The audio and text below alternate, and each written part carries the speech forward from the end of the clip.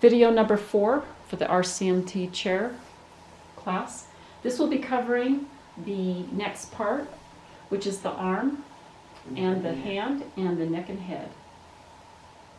So after you've done the back, you're going to come around and we're going to take the hand in a loose grip, okay? Little shake here, getting it relaxed. You're going to come down and take a knee right here. So we're going to do petrissage. We're coming up the arm. It's a nice squeeze all the way up. And we come to the deltoids. So once we get to the deltoid, we're going to have a duck grip, where we're going to have thumb over thumb, not cross, but thumb over thumb. And typically, I want you to be able to see this, I would be more centered so that I'm more aligned, but I'm going to be a little bit to the side so you can see me do this. So from here, keeping everything pretty firm, I'm just going to be pressing that top thumb, so my left thumb over my right, coming down what we call the trail here, and we're going to get to this deltoid tuberosity. It's a little painful sometimes, so be aware of that. And do a little circular frictions. Feels really nice for on the shoulder. Okay, and then after you've done a few passes of that, you're going to continue down, and then you'll get to the lateral epicondyle of the arm. Then from here, it signals us to move into this kind of a twisting pattern where we're coming in.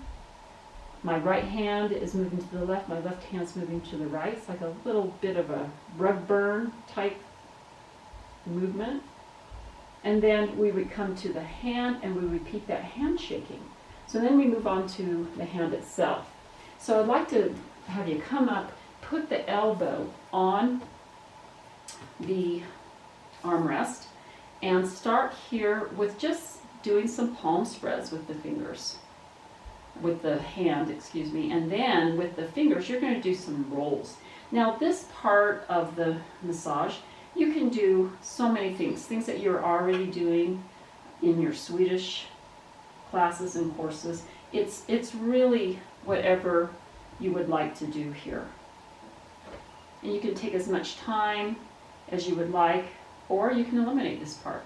One technique that's kind of fun is to come down and you get to the fingernail and you just squeeze on either side of the fingernail and then take the index finger over the middle finger and just pull it towards you. Makes a little bit of a pop, clicking noise. You're not popping the joint, it's just more of a flick away. And you can do that on each one of the fingers as well.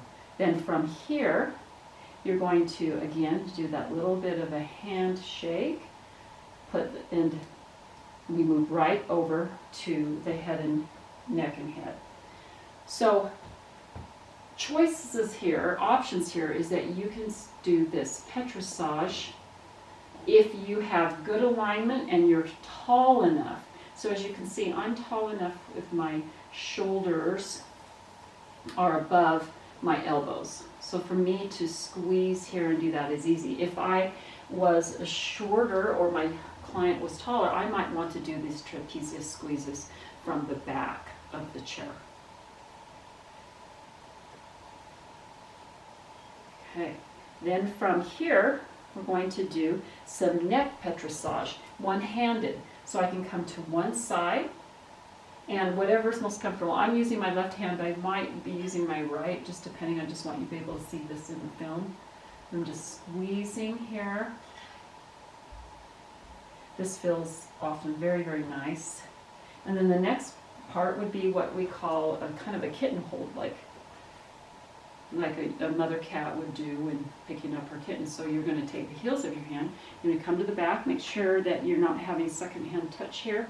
You're going to bring the heels of the hand together, and it's not so much you're coming up and pinching, it's more that you get a little bit of pressure and then move into the direction of coming away, and just hold here.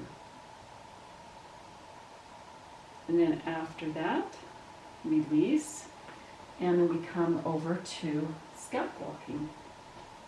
So you can do that in the front of the chair. Now, again, you'll adjust your body mechanics to the height of the client, to the way the chair is positioned, and how, the way the chair is designed even.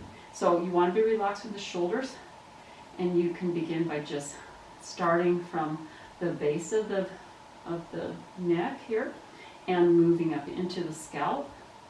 And you can pretty much do any technique that you've learned, again, before,